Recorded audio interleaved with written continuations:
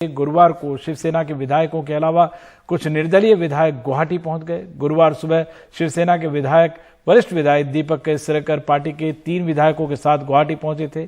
उसके बाद एमएलसी रविंद्र फाटक के साथ शिवसेना विधायक दादा भूसे और संजय राठौड़ रेडिसन होटल पहुंचे और एकनाथ शिंदे से मुलाकात की। इन सब के बाद देर शाम निर्दलीय विधायक गीता जैन और किशोर जोटगेवार भी गुवाहाटी पहुंच गए। तो गुरुवार सुबह से लेकर शाम तक शिवसेना विधायक, एक शिवसेना को एमएलसी और 2 निर्दलीय विधायक बागी खेमे में शामिल हुए।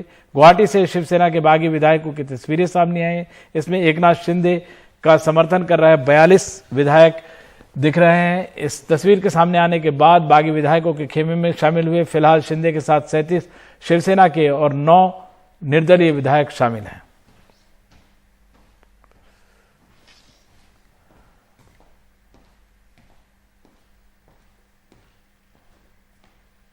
वहीं इस बगावत के बीच गुरुवार दिन भर मातोश्री और शिवसेना की भवन में बैठकें चलती रही। पार्टी को बचाने की कोशिशें जारी रही। 2 और विधायक पहुंच गए हैं, बागी गुट में शामिल हो गए हैं।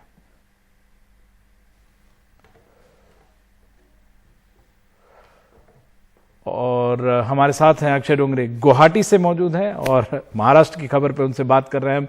अक्षय, जो बहुत सारे परिवर्तन, रोज नंबर्स बदल रहे हैं और फिर अभी खबर आई है 4, अभी ताजा अपडेट क्या है इन सबको लेके?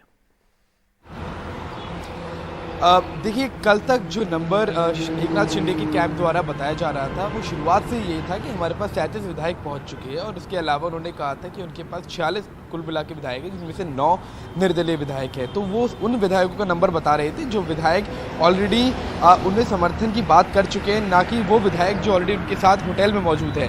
ये चीज़ साफ हुई रात होते होते, क्योंकि जैसे जैसे और विधायक आने लगे, जैसे आपने बताया दादा भूसे आए, उनके साथ अन्य विधायक आए रात को, बाद में गीता जैन निर्दलीय विधायक है वो भी आई, एमएलसी भी आए। तो उसके बाद कुल मिला के अब नंबर की अगर बात की जाए तो इस वक्त रेडिसन ब्लू होटल के अंदर, जहां पर एकनाथ शिंदे रुके हुए हैं, जहां पर बाकी सभी बागी विधायक मौजूद हैं, वहां पर कुल मिला के 37 विधायक हैं शिवसेना के और 9 विधायक हैं निर्दलीय। और अब उम्मीद तब, क्योंकि सवाल ये भी था कि अगर उनके पास, एकनाथ शिंदे के पास ऑलरेडी होटल के अंदर 37 विधायक मौजूद है, तो वो ऑलरेडी गवर्नर को लेटर क्यों नहीं लिख रहे, क्यों नहीं मांग कर रहे कि एक तरह से उनके पास 2/3 से ज़्यादा मेजॉरिटी है, 2/3 से ज़्यादा नंबर है और उनके अगर जो भी प्रस्ताव की बात की जाए पार्टी को टेक ओवर करने की, तो उसके ऊपर कार्रवाई की जा रही है। तो ये चीज़ साफ रात तक हुई कि उनके पास उस वक्त विधायक थे ही नहीं और रात को कुछ और विधायक के जुड़ने के बाद में वो आंकड़ा 37 पहुँचा है। तो अब देखने वाली चीज़ आज सबसे महत्वपूर्ण यही रहेगी कि क्या एकनाथ शिंदे 37 विधायक का आंकड़ा पहुंचने के बाद में अब गवर्नर के पास जो उन्होंने लेटर भी लिखा है, उसके अलावा क्या वो वापस मुंबई की तरफ रवानगी करेंगे या फिर वो किसी और राज्य में रहेंगे या फिर सिर्फ गुवाहाटी में ही रहकर जो भी घटनाक्रम है उसे और नज़दीक से उसे और शांतिपूर्ण तरीके से देखेंगे, पेशेंटली देखेंगे।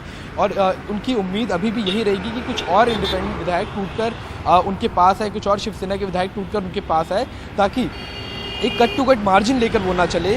क्योंकि अगर मुंबई जाने के बाद में एक आध विधायक भी उनके पास से टूटकर उद्धव ठाकरे के खेमे में जाता है, तो ऐसे में सभी जितने बाकी बचे कुछ विधायक हैं उनके ऊपर कार्रवाई एंटी डिफेक्शन लॉ के तहत हो सकती है। तो अभी भी 37 विधायक होने के बाद भी एकनाथ शिंदे होटल में ही मौजूद है, गुवाहाटी में भी मौजूद है और अभी तक कोई ऐसा प्लान साझा नहीं किया गया कि वो मुंबई जाने का प्लान कर रहे हैं। जी अच्छा, एक और चीज जानना चाहेंगे कि आज की रणनीति को लेकर आपकी क्या वहां पे किसी विधायक या किसी आपके सोर्सेज से बातचीत हुई हो? क्योंकि एक और दावा करने की जो बात सामने आ रही है, क्या शायद चुनाव चिन्ह पर अपना दावा ठोकेगी ये बागी ग्रुप? देखिए, सूत्रों के हवाले से ही खबर आ रही है कि अब 37 नंबर होने के बाद में, गवर्नर को लेटर लिखने के बाद में, अब शायद एकनाथ शिंदे कैंप के द्वारा कोई हलचल हो सकती है। लेकिन एक चीज़ बहुत हैरान करने वाली है कि जितने भी तकरीबन 2 दिन से एकनाथ शिंदे और उनके साथ के सभी बागी विधायक अब होटल में मौजूद है, गुवाहाटी में मौजूद है, लेकिन एक बार भी उन्होंने प्रेस से आकर बात नहीं की है। जो भी खबर आ रही है सूत्रों के हवाले से आ रही है, जो भी खबर आ रही है असम भारतीय जनता पार्टी के सूत्रों के हवाले से आ रही है, लेकिन एकनाथ शिंदे बिल्कुल मौन बैठे हुए हैं। बिल्कुल उन्होंने मीडिया से एक बार ही बातचीत नहीं की, एक बार जिक्र हुआ था कि 7 बजे बात हुई थी परसों कि 7 बजे वो आकर एक बार प्रेस से वार्ता करेंगे, प्रेस के सामने अपनी बातें रखेंगे, अपना पॉइंट ऑफ व्यू रखेंगे। लेकिन उससे पहले उद्धव ठाकरे ने जो स्पीच दी थी वर्षा बंगले से कि वो खाली करने के लिए तैयार है, उसके बाद प्लान में कुछ बदलाव हुआ और एकनाथ शिंदे ने बेस्ट ये समझा कि वो चुप रहे, घटनाक्रम को और आगे बढ़ने दिए और जब तक उनके पास सॉलिड मेजॉरिटी नहीं हो जाती तब तक किसी भी तरह से जल्दबाजी ना दिखाए।